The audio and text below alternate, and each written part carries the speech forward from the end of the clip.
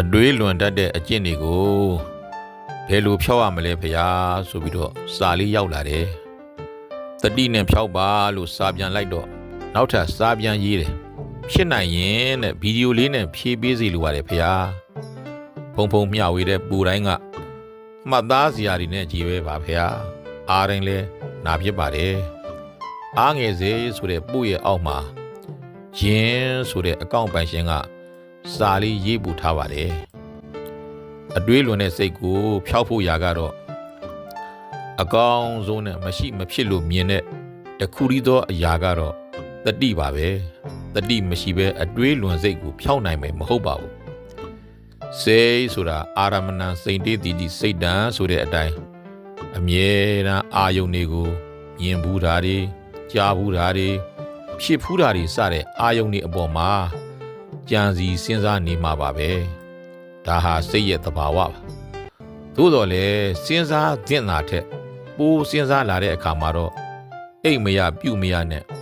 အတိစိတံအနုဝိတကရတော်အနုဝိစာရတော်ကာယေကိလမေယအလွန်အတွေးတွေများနေပြီကြံစီမှုတွေများနေပြီဆိုရင်အိပ်ပြက်စားပြက်နဲ့ကိုပင်မန်းတာတွေဖြစ်လာတတ်တယ်ကာယေကိလင်ကြီးစိတ်တံဥဟင်ညေယအဲ့ဒါလို့ကိုပင်မန်းတွေဖြစ်လာပြီဆိုရင်စိတ်လဲညှင်းဆဲတယ်လို့ဖြစ်ပြီးဆင်းရဲလာလိမ့်မယ်အဲ့ဒါလို့ဖြစ်လာရင်စိတ်ဟာမတည်ငြိမ်တော့ဘူးဆိုပြီးဘုရားဟောထားတာရှိတယ်အဲ့ဒါတွေဟာအတွေးလွန်ခြင်းရဲ့ဂွန်းဆက်ဆိုကြိုးတွေလို့ဆိုရမယ်အဲ့ဒါလို့အတွေးလွန်တာကိုဘယ်လိုထိန်းချုပ်ရမလဲတတိနဲ့ထိန်းချုပ်ရပါမယ်ငါအတွေးတွေလွန်နေတာပဲဆိုပြီးတတိဖြစ်လာဖို့ဟာအရေးအကြီးဆုံးပဲ